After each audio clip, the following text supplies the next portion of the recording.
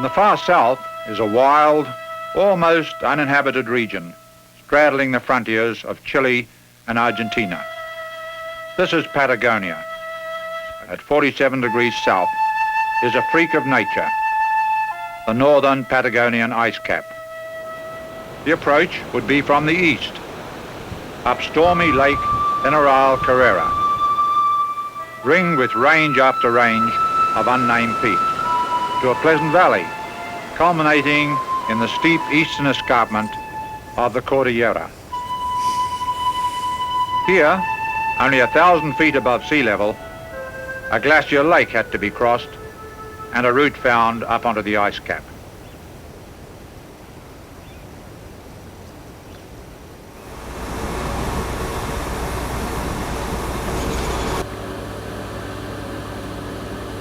When you think back, does it look the same as what it was like? The colour of the lake hasn't changed. How many tourists would have come into this part of the... Yes, we were new. We were, yes. All coming back. Well, the bits of it. Yeah, bits of it. Memory like a sweater that's got a few moth holes in it and unravelling at the edges at the same time.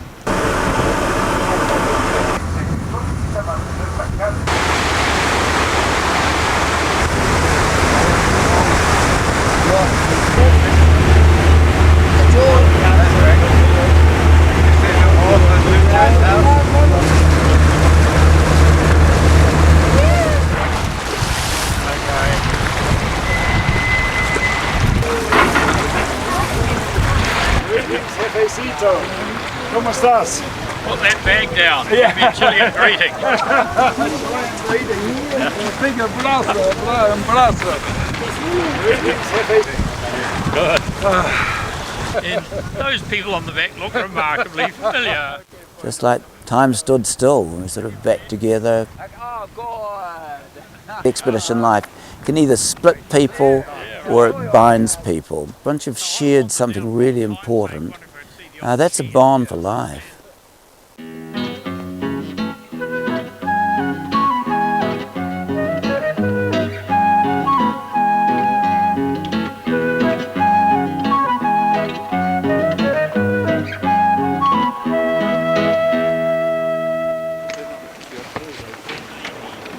You know, the expedition sort of proceeded in a series of partially fortuitous leaps and got there in the end. There's fewer egos involved this time. Like I think there were so many bloody arguments last time. You don't think there were arguments this time? Well, every time I think somebody's doing something, I think, well, I'll leave him to do it. I thought Dave always thought it was like herding cats. What's his phrase? Gatos discontrolados. But I have a different view from you, Gordon. I thought that in actual fact there was a huge amount of time and organisation. Well, our problem was we didn't really know what we were getting into. That's right. And we didn't know how far to go. But I think what I really meant was disorganisation in the field, the boat, and you know, it got started to get out of control about Chile Chico, didn't it? Yes. the 8 separate people definitely going their own way, Do you think that's a kind of typical of the anarchy of the New Zealand? Well, yeah, I think we're a bunch of individuals who were in our early mid-20s. We were sort of strutting our oats, perhaps. I don't know. I made a comment that if an army people represent ultimate discipline, we were sort of at the other end of that spectrum. You know, they're basically all very much individuals, trying to make their impression. And I think we've got past that now. I'm 66 and not long before I get to 67. So I feel an old grunter in this country, where it's still the same as it was, but we're not the same as we were. We've been pretty reliant on this trip on what I'd call soft tourism operators. Okay, we're going on our way. Our only ability to get up the river has really been by jet boat. Not to be taken at all lightly, this place. The access is terribly committing.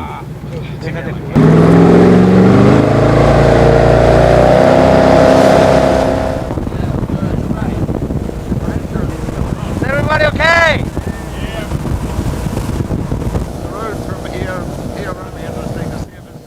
It's sort of strange to me. The first time we went up the Leonis, Paddy and I took the yellow boat, the inflatable, with a little 9-horse outboard motor.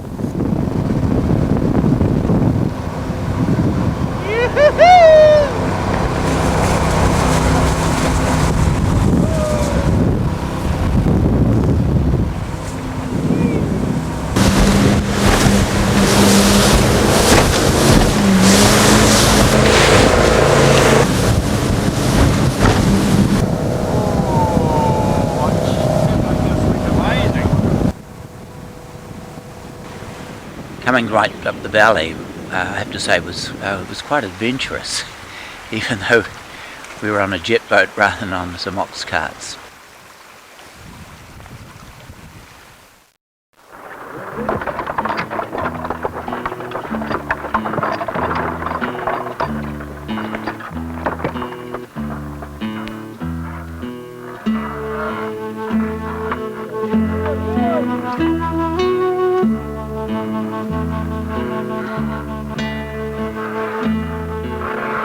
I had always rather imagined the place to be something in greyness, everything black and white, and general misery, I suppose, but when we actually came around to getting there, things were, of course, a lot different from this.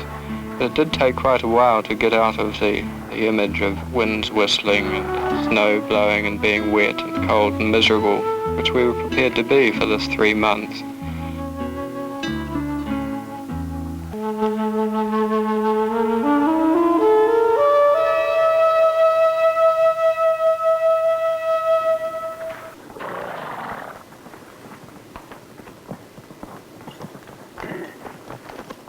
The first trip we were very, very single-minded. There were no sideways glances.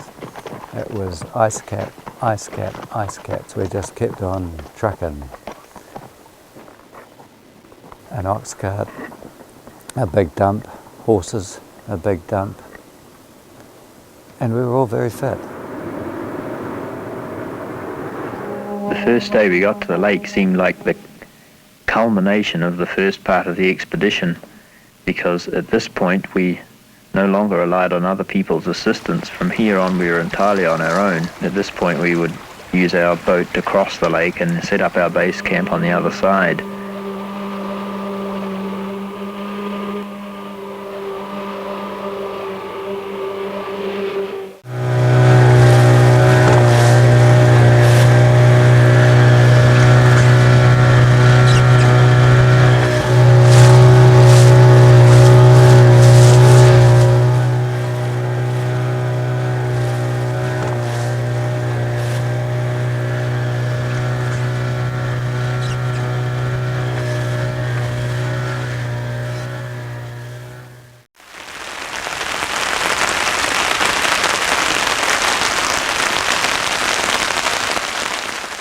Because of a late afternoon storm that brought high wind to the lake, the rest of the party couldn't join Gordon at base camp. This presented the problem that, because there was no radios, neither group knew what the other were doing, and I think it did cause Gordon some concern. It looks as though the reunion's turning into a bigger drama than the original expedition. Here we are, split up. One party doesn't know what the other party's doing. Weather changing. All we can do is sit and wait. Yeah, I do worry about the others, of course.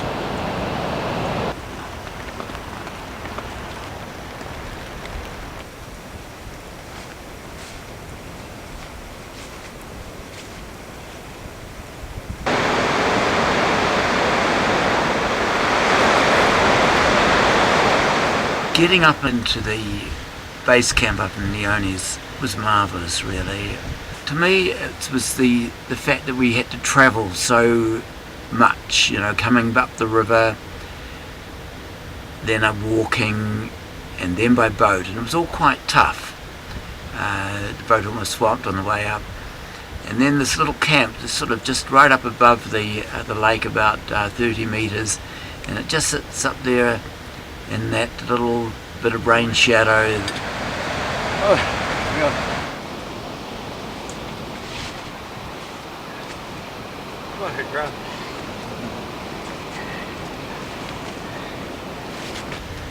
Well, clouds come over the glaciers, and then they come down, open up a patch of blue sky, and then the sun seems to shine on the camp up there. And yeah, that seemed to me, it's like the lair of the Mountain King. It's a wonderful, wonderful place. Bucket Roberto. Oh, Patagonia. Yeah, the glacier put on a display last night, which went on for about a quarter of an hour. We thought the whole mountain must be falling down. So what happened? Oh, it just got too rough. It could well get rough again today. Yeah, okay. I was imagining that the bloody jet boat had turned over and all hands were lost and all sorts of things. I thought you guys were having a great time up here. No, we were. Pissed off we weren't here. The first expedition to gain the ice cap from the lake was led by Arnold Heim, a Swiss geologist who in 1940 pioneered a route through the bush which avoided the ice falls. Well, it sounds like it's going to break. Yeah, when you look at it, it is the only logical route up. You might have, there's just no other way, really.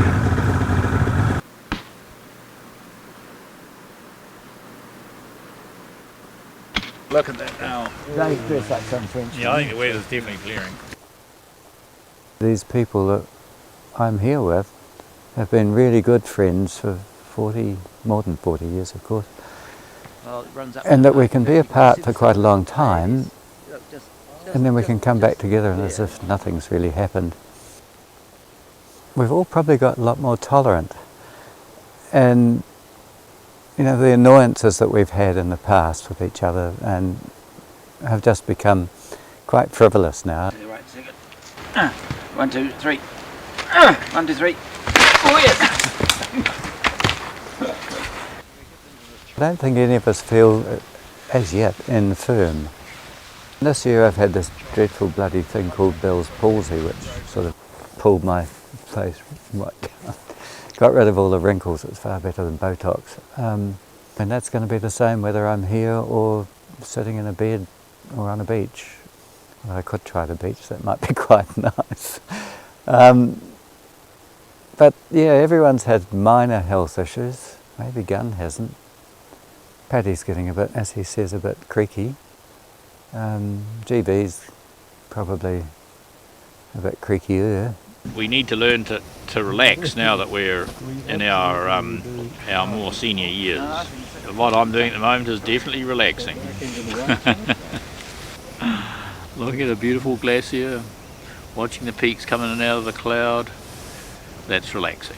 There's certainly a degree of amusement from the locals about us, and I think a degree of surprise.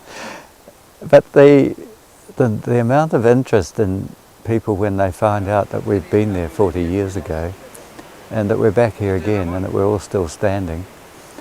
Yeah, I mean, they're quite bemused by it, I think, and certainly the reception from the people who we have met that had heard of us or have known of us or read of us has been very positive and very, very pleasant. I had some reservations about this trip because a couple of years ago I gave one of my kidneys to my younger sister, and I haven't done a lot of long trips since then, and you're just never quite sure what your energy level and your blood pressure and those sorts of things are going to be. And while I don't sort of monitor those things particularly actively, I perhaps did have a minor degree of apprehension about all that, but hasn't amounted to anything. It's a tough country. You just forget how big it is and how steep it is. And it's a very long grind up that ridge to up and behind Aguda. Too steep for an old man like me in those days. But it looks impressive. I just was surprised at that because it looks easy going on the true left. I think it's fantastic to have thought that we engaged with it and that we later successfully climbed it by an easier route on the far side, and it's good to have done it, but I have no wish to do it again.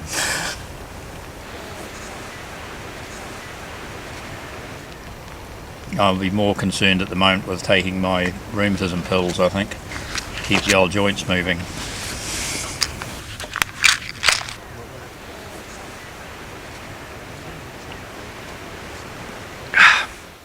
Well, it's not only my heart pills. I mean, I take pills for hypertension. I take I take statins for my cholesterol, and I take half an aspirin. You know, I'm going to live forever. It's yeah, I didn't have those in my pocket the last time we were here, but now they're keeping me going. I think that at this age, our age here, you know, we all like a bit of excitement and a bit of adventure. But it's really soft adventure these days for me. Those that want to dangle off mountains can dangle off mountains. But I'll look at them, and I'll climb up them a wee way and look at them. The trip up the top of the point and up to Heim Camp, that's my kind of country. That's country for old men.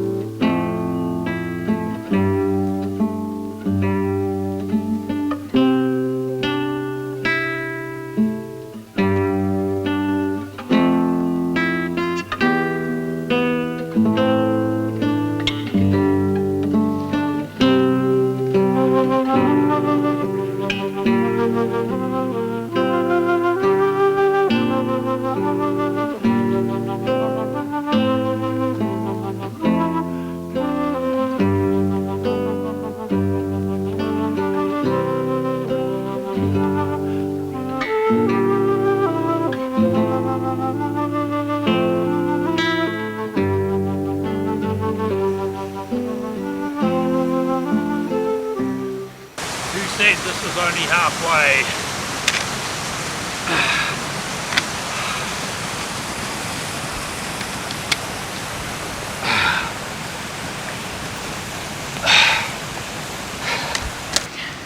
Just can't believe I came up and down so many times all those years ago. Each tin probably weighed 20 pounds, and we probably